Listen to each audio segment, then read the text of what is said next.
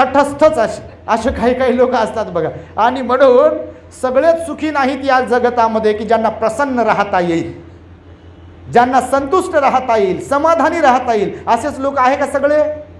पहा बरं, आपल्याला विचारून सगळेच लोक असे आहे का? नाही आहे. एकदम नाराज. जेव्हा सकाळी उठलं तरी तोच चेहरा, आंघोळ केली तरी तोच चेहरा, आंघोळ नाही केली तरी तोच चेहरा, लेकरं झाले तरी तोच चेहरा, नाही झाले तरी तोच चेहरा, गरिबी आहे तरी तोच चेहरा, श्रीमंती आली तरी तोच चेहरा. पहा तुम्ही, एकच चेहरा असा, एकच मोड, मोबाईलच्या मोडसारखा.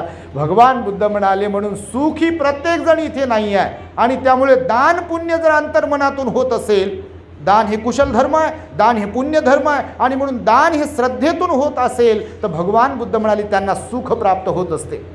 आणि नंतर चौथा गुण कोणता सांगितला? बल प्राप्त होते. बघा, कोणतं प्राप्त होते?